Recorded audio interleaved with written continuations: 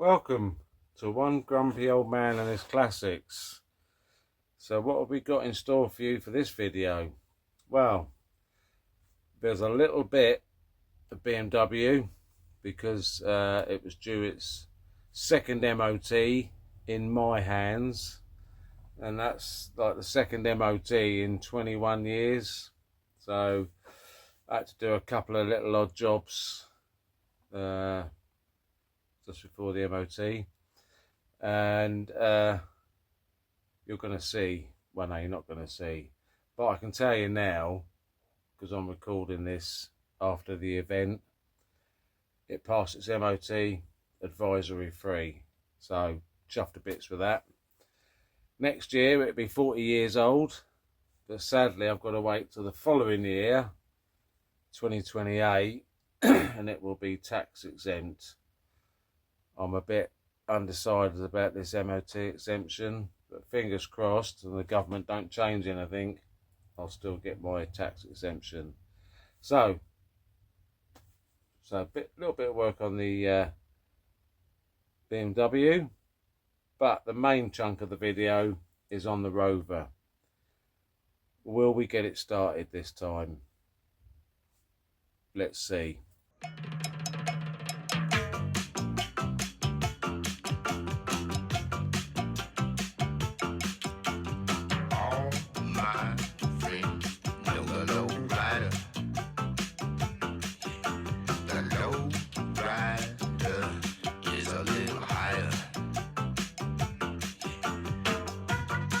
Back under the bonnet with the BMW e28 again. So I managed to fix the, or I'm very confident that I've fixed the drain issue to the battery. But now I've discovered last night I've got no headlights. I've got rear lights, front fog lights work, the headlight main beam flash works. Everything else works lighting wise, just got no headlights at all. So have I disturbed something when I was doing the relay just by the fuse box there? I don't know. So I've got my trusty multimeter here, and I can't imagine it is because the rear lights are working, I'm not sure, but I have got a spare light switch assembly, so I think I'm going to eliminate that first. So let's get that changed over. Typical, isn't it? I booked an MOT yesterday for this coming Monday, and now I've got another fault. I might have picked the wrong size Phillips for that. Or are they not Phillips? I've got no idea what they are. Then we go and get a smaller screwdriver. I need a bit of rework here. Okay, it was slightly different size Phillips head. Quite tiny these. So we'll pull this out. I'm hoping I can just take these two screws out and this light unit comes out. I can't remember whether I have to pull that, take the full lower pad out, or whether you can access them just by here. I'm hoping you can. I saw a bit of sunlight, so it's quite bright today. Yeah. Oh, actually,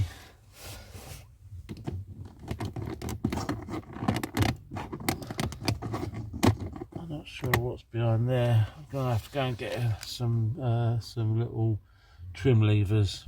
So I'll move the camera angle a bit because of the sunlight. I'm just gonna pull this blanking cover out. come out. There we go. Might get better access to this. There we go. Oh, that's a bit odd. Why is there no...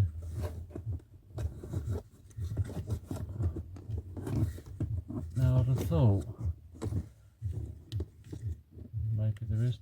Anyway, let's change this switch over. This is going to be quick and easy.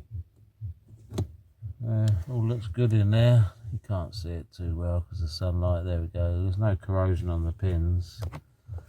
Let's just swap it over and give it a try. Got nothing to lose, have I? Quick and easy thing to do is get this round the right way. Alright, which way does that go? I did go that way. Okay. Alright. I'm going to go and see. Right. So that's... I'm not sure which way is which. I'll put it on side lights, that'll be easy. Yep, we've got lights on there.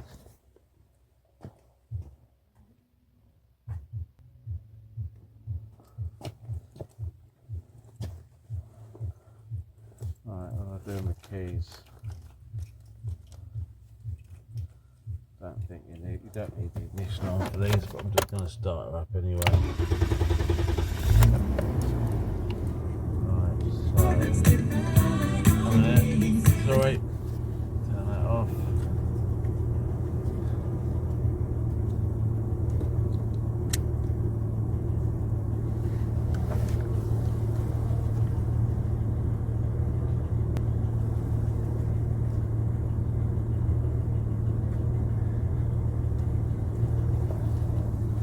So it's the same problem then, so it's not the light switch, so we know we can eliminate that because the back lights are on. So I'm going to put the original one back on for now, and we'll just have to dig into the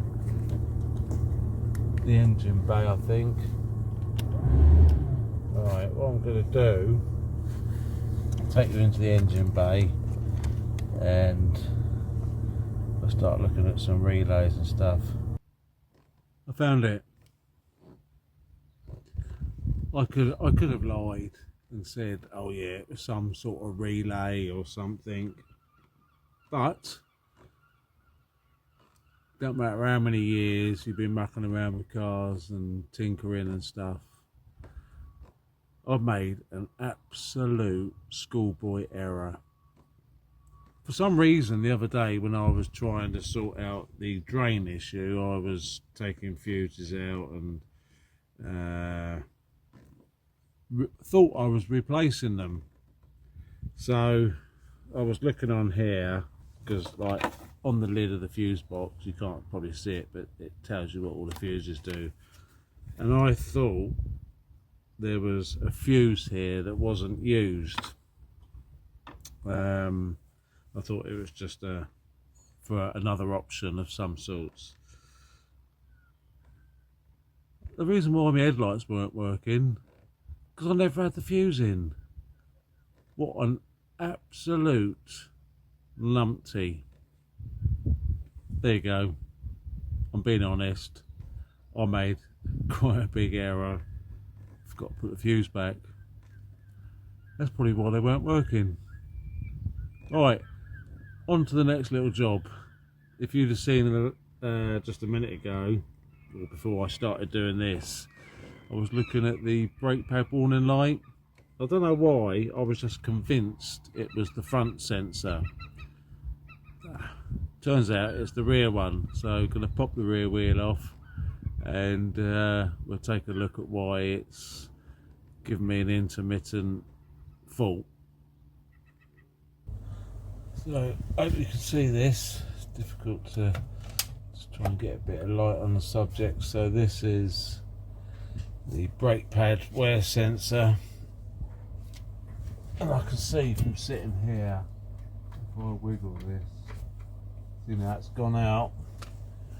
So there's something not quite right with the wiring. whether it's actually in this bit. This is going to be, oh actually is that in properly? I can't quite see. I'm sure this is in properly. Yeah, that is in fully. Seems to be a bit loose, not terribly loose, but see how it moves about. Maybe the clip is not quite as tight as it should be. Maybe I can make that a bit tighter. Let me just put the light on it and see if... Hi.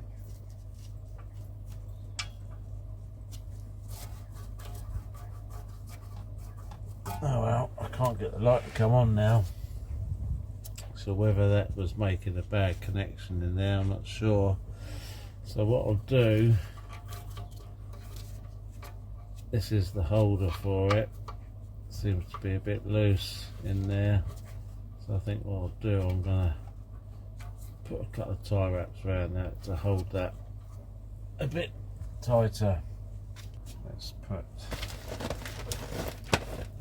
a couple of tie wraps around that to make this a bit more secure. I'm thinking if I just go around the back of this,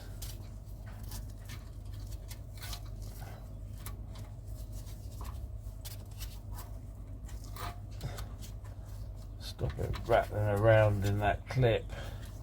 We'll just put a tie wrap in there. If I can get this round there. Oh, wait, that's it. Make sure I put it around the right way. Thank goodness for tie wraps. Oops. Don't want to knock the camera, do we?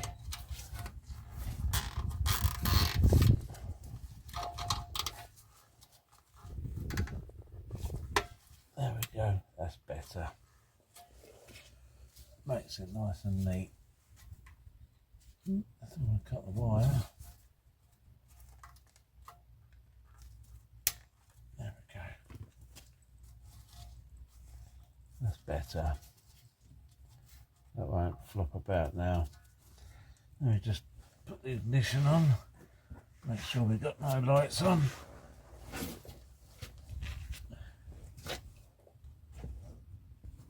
Perfect. That's another little job ticked off the list. Something else a bit more disconcerting. I just noticed I've got some sort of grease that's flicked up in a couple of places, and I've got a feeling this drive shaft boot's on its way out. It's very perished, so I'm probably going to have to invest drive shaft boots. We'll do both sides.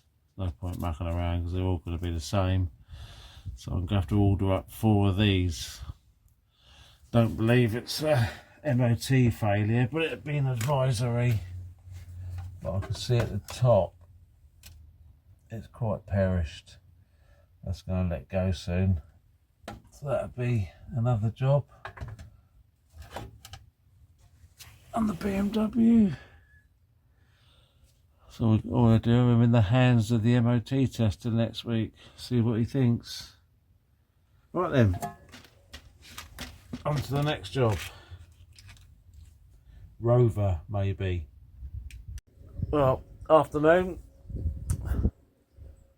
Back on the Rover again. Must be honest, I've not touched it for a couple of weeks. That's not because I don't want to. Been busy doing other little jobs on the other cars. Well, I don't own this, but my cars, I've been doing a few jobs. Had to get the BMW e28 MOT'd, second MOT in my ownership. So yeah, that year has gone really quick. Amazing. So yeah, and it passed. no advisories. Happy chappy. So let's dig into the Rover and let's carry on and see why I've got a fueling issue, and see if we can get this thing started and running properly. Alright, so first thing I'm going to do, currently I've still not got the throttle assembly connected up, because I'm not sure quite how I'm going to go about that, because even though it's like a rod assembly, there's no cable. Well, there is a cable, but it's joins down the bottom, right down where my hand is, and then it goes into a rod and linkage assembly. So of course the single carb and the twin carb are two slightly different setup, so I've got to sort of try and work that out. But what I do need to get connected is the choke cables, but currently I've got another issue with that as well, because where it was a single carb setup, I've got this cable for the choke, but on the twin carb it's like two cables go into one. But currently with this cable I can't recreate that at the moment. So what I'm going to do, I'm just going to connect one choke temporarily just to get this started. So I'm going to see if I can get this connected up, and let's see how many times I can drop stuff. That's what normally happens. There's not a lot of room down here. Just wondering if this screwdriver's going to fit through there to pinch the cable up. Oh yeah, maybe it will. Right, so let me just see if I can fiddle about and connect this up. Oh my god, this is not going to be easy.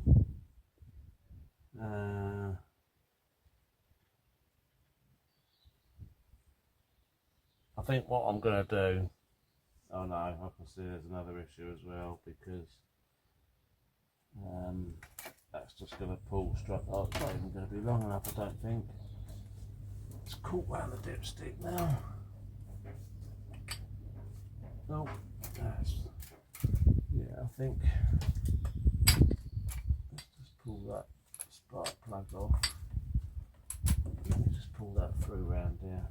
Oh yeah, it will be long enough, but I need something to stop the cable going straight through that hole. There's no, I don't know what you call it, but there's like a little spacer that should fit on here. Let me go and get some bits and I can come back. Alright, so I've changed of plan. I haven't done it yet, but what I'm going to do, so if I just try and bring this in a bit closer. So, because you've got the twin carb set up, wait a minute, you can't even see me, can you? Alright, it's always difficult when you're filming yourself. But anyway, so this is the cables for the twin carb setup. So basically, your choke cable goes in this assembly. If I can, so this is what you would have. So your single your single choke cable will go in through here and connect inside it somehow. I'm not sure how it would assemble inside, and then you've got the cable that goes to each carburetor. So what my plan is I can drill a hole right down through the middle of this, and I can insert the cable, put a connection on the end, and then so when you pull the choke cable, it hopefully pull both the chokes. So that's my plan. I want to be very careful with this, because I've seen these online new, and it's like they're about 30 quid just for this. So I've got to be careful with this. So I'm going to do this off camera. I'm going to go and drill a tiny pilot hole through that piece so I can make up a choke connection. So let's get that done first, and then I'll work on priming the fuel system. So I have got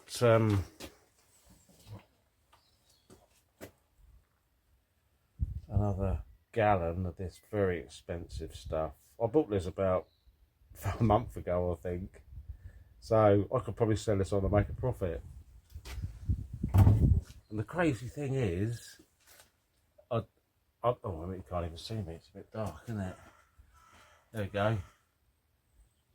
I was thinking earlier on, it's like when I first started driving in the dark ages, 1978, I was paying 36 pence a gallon. And I think the last time I got any fuel, it was 1.55 a litre, and there's like 4.7 litres to a gallon. Crazy. Anyway, let me go and do this and we'll see how we get on. Well, I'm glad I didn't film any of what I've just did with this throttle cables. I made a bit of a schoolboy error, so I'll take you in a minute. What I haven't allowed for is sliding action within this little housing where the two cables go into one. So I've spent a whole load of time getting it all connected up, adapting it how I thinking it should be working, and connected the cables up. But no, I've just probably wasted half an hour tinkering about, settling it and adapting it to make it work. So I'll take you in and show you. So basically, this is the choke cable that comes through the bulkhead, comes up round here, and normally with a single carb that would just go straight into one carburettor, but because you've got the twin carbs and you've got two chokes, and then you've got this where the cable goes in and then it splits into two cables. So then within there, where I've adapted the single cable to fit the doubles, or the twin cables I should say, I've used a little connecting joiner. So where I drilled a hole through for the cable to go through, and I've put a connector on the back so it's a firm fixing. What I haven't allowed for is on this cable, it needs to allow the little barrel to go right to the bottom, so then when you pull the choke cable on and it operates the chokes, I haven't allowed for that. So it's just basically it's just a solid fixing, so it's not going to work. So I'm going to leave that for another day, because at the moment I've actually got the chokes in their open position. So what I want to do is I'm going to get this syringe. No, don't worry, I'm not on drugs or anything. I've got this syringe. What I'm going to do, there's the, just in there, there's the fuel line. So I'm going to prime the fuel line, then connect it up to the fuel pump.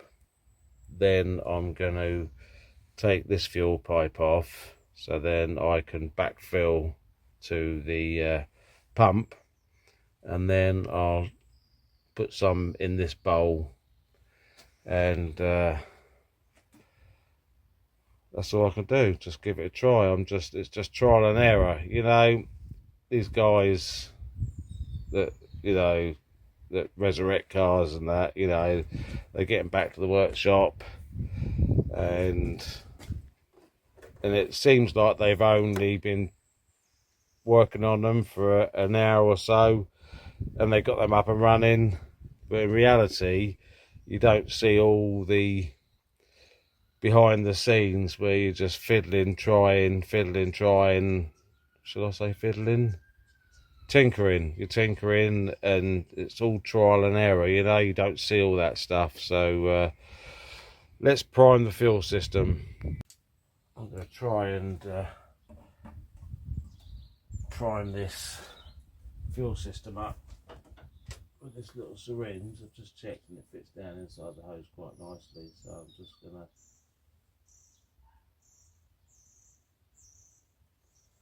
so I've got a gallon of this expensive juice, so I'm just going to prime the fuel system, and then once I've finished priming, I'll put the I'm going to put the remaining fuel in the tank. I did, as you know, as you've probably seen, I did empty the tank out, and I put a fresh gallon of fuel in.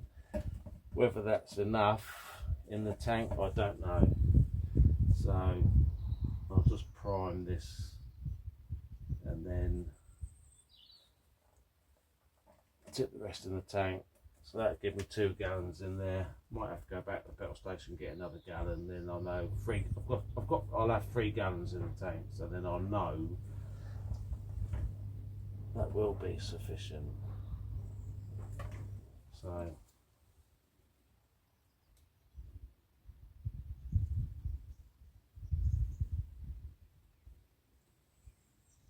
okay, that seems to, the fuel's going down in there. It did seem to flow back out again then for a minute, so I don't know whether that was a sign.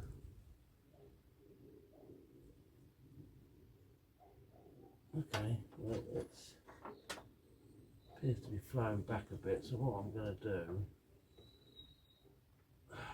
this is the trouble with this thing, this connector on here doesn't spin very freely, so I'm going to look for my 10mm 12-inch spanner. There it is. I'm going to tighten this connection up and we'll catch up in a minute. Let's see if my idea of priming the pump is going to work. Find out, won't we? I'm not sure if you can backfill this or not into the pump. Should be able to. Slowly. Should be able to see in a minute when the bowl starts to fill up. So I did prime the fuel line. Let's hope that this is not going to be another waste of time. So I don't know how long this is going to take. It'll take a while.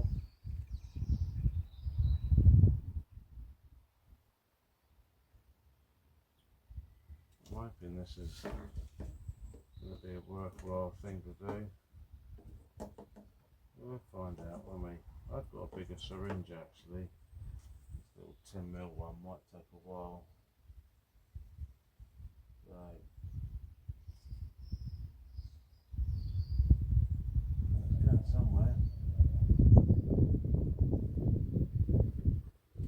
I think I'm going to go and get a bigger syringe, because this is going to be a bit painful. So it's definitely working.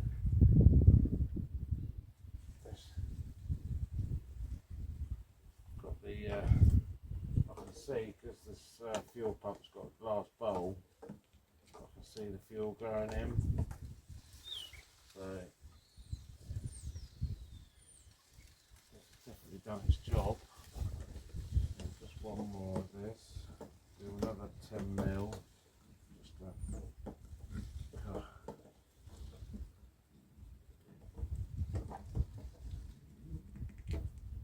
don't want to let go of the pipe. I don't want it to got the pipe to run out. So I'm just gonna.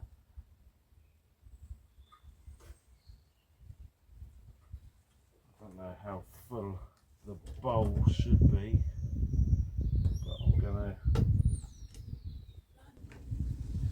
but I'm just now priming the fuel bowl, so I don't know, it's going in,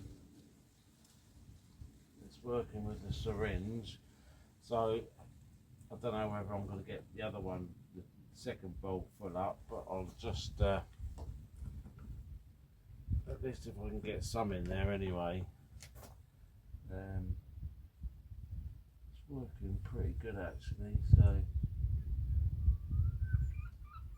I'm hoping it will, once that first one's full up, it will then flow into the second one. I don't know, so I'll just put several syringe fulls in.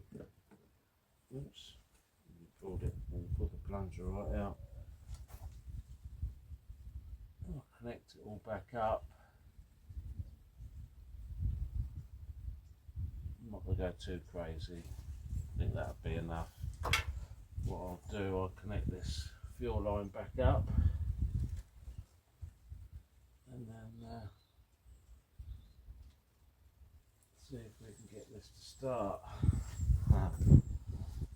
Wishful thinking maybe, I don't know, but let me get everything tightened up and just check everything, get the battery back in, and then see if we can get any see if we can get it to jump into life.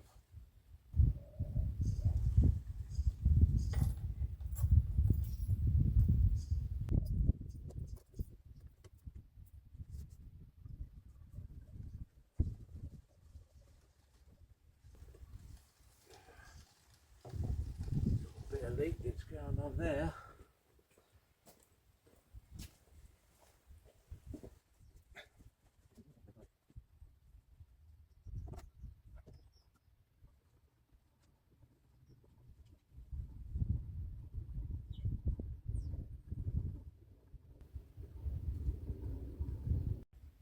That's added another tenner's worth to the car's value, isn't it? So before I attempt to try and start this, it's difficult to get in there, but this thing here where I'm pointing at just here, so this here is the fuel line that goes to the fuel pump, and just here it's like on a union type thing, and there's like a cable that goes on there. I don't really quite know what that does, so I'm going to have to do a bit of googling later on and have a look to see what that actually does. Could that be stopping my flow of fuel? I don't know. Have to find out what that is. Right, don't know what to expect.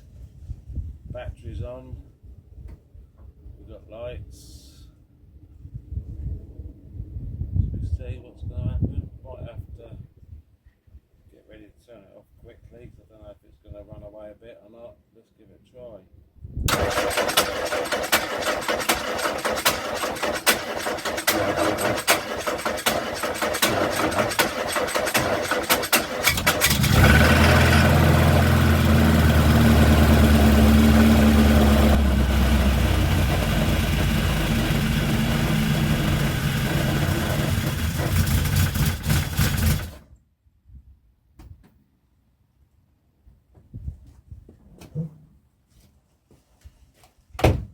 We had oil pressure. There's a few rumblings here and there and stuff. It looks like we've run out of fuel. Oh no, we've got fuel in there. That's good. That's good. Don't seem to have any leaks. Right. Well,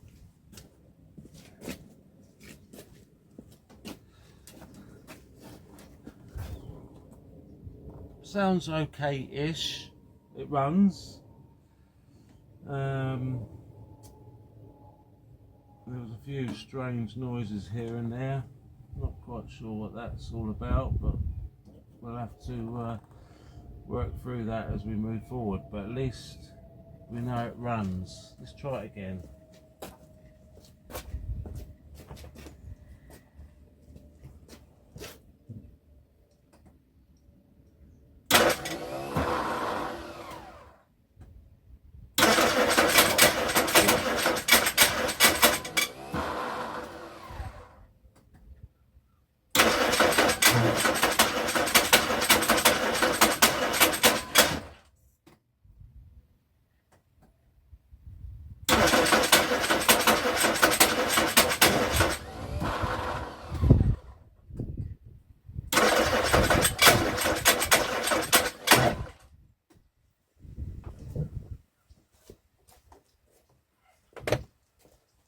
really should check all the timing and stuff like that, really make sure we've got correct timing.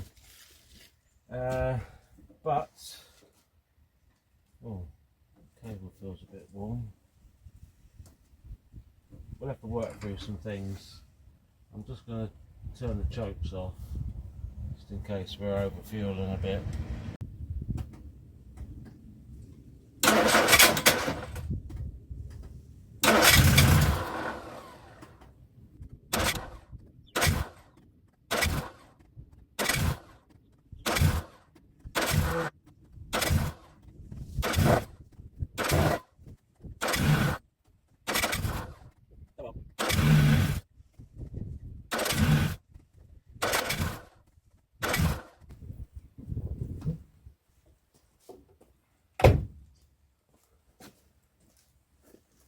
Well, that's a step closer, I think. I've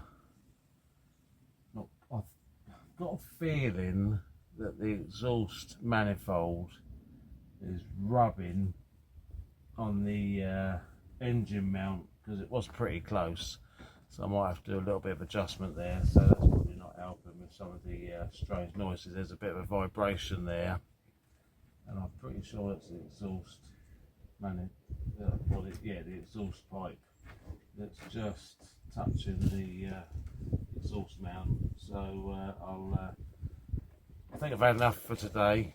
I mean, you're probably going to see about 10 minutes of me doing what I've been doing, but in real terms I've been out here a couple of hours.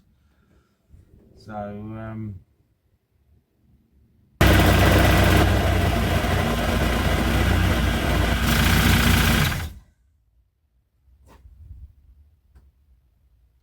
yeah, of course, now I'm in here looking, of course I've got this just hanging off the side of the engine at the moment, so that's going to be making a horrible noise, rattling against the side of the cross member and that, and there's a lot of stuff not really connected properly. But yeah, that, you can't quite see it, but just in there, the downpipes, the exhaust downpipes, pretty close to that. Let's have a look, let me get him in there, it's difficult to see. So just in there, engine mount. So yeah, there's a few bits rattling around that are not connected up properly. But I've got the engine running, so I think the next thing is to get the throttle linkage sorted out, get this choke cable assembly sorted out, get the dynamo adjusted back a bit, because it needs to go back a bit, because when you get the belt on it's touching the water pump pulley, so this needs to move back. So a few little adjustments here and there, start buttoning stuff up, get the cooling system in, get some water in this engine, get a new rocker cover gasket on, because I took this off earlier in a past video, so I could check to see all the valves were opening and closing. So I think let's get all this buttoned up now, get linkages and everything sorted out, and let's take it from there. Well, that was promising, you know. I've got to the point now where it will start and it will run. I mean, there's some odd noises coming from the engine bay, but the dynamo's just hanging off the side of the engine and it's laying against the cross member, so that's all rattling around. I need to check the clearance on the exhaust to make sure. I think that's might just be a touch too close. So there's some sounds from the engine bay that I'm not sure about, but I think in general it sounds pretty good. So like I said, I need to start buttoning all the stuff up now, get the dynamo adjusted, get the belt on so that's fitted correctly, do the choke cable, do the accelerator cable, check out what that cable is on that union that leads, that's on the fuel pipe that leads to the fuel pump. Don't know what that is. I need to do a bit of googling or look through the official workshop manual that I've got that came with the car, so I'll try and find out what that is. So there's a long way to go still. It's running, just need to start building it up now, get the radiator in, get some coolant in it. The gearbox, I know I've got to put some ATF in it, because we had to, when we took the old engine out, we had to take the dipstick for the gearbox out. Of course, we had to drain all the fuel out, all the gearbox liquid out, which is, you know, it's ATF. So I need to get the gearbox topped up. There's a lot to do now, so I think there's a big push now, and start getting to a point where let's see what it's like when it's running properly with everything all fitted and adjusted up. So, well, that was a result. Actually getting the Rover started, so we're actually making some headroom now. So I've got it running. There's obviously I need to investigate what the rumbling issue is. It's not the bottom end of the engine. I've got a feeling that the exhaust manifold is just touching the engine mount as it comes down from the engine, and then it passes over the engine mount, because the engine mount's on quite long arms, and I think it's just touching there. So that could be a problem for some of the noise we could hear. But it's running. It doesn't appear to be smoking, which is good. So now I've got it running. I've obviously got the cooling system in. I've got water in it. I've not put antifreeze in yet, because I wanted to check it all thoroughly before putting the antifreeze in, because I don't want to have to drain it because there's a problem, and then I've wasted all that antifreeze, because you never catch it all when it all comes out. So I thought I'd just put clean fresh water in and run it up, see how it goes. So yeah, good progress. So I hope you enjoyed the video, and I really do appreciate it. Anyone that watches and you get this far into the video, I really appreciate it. So thank you very much, and I'll see you on the next one.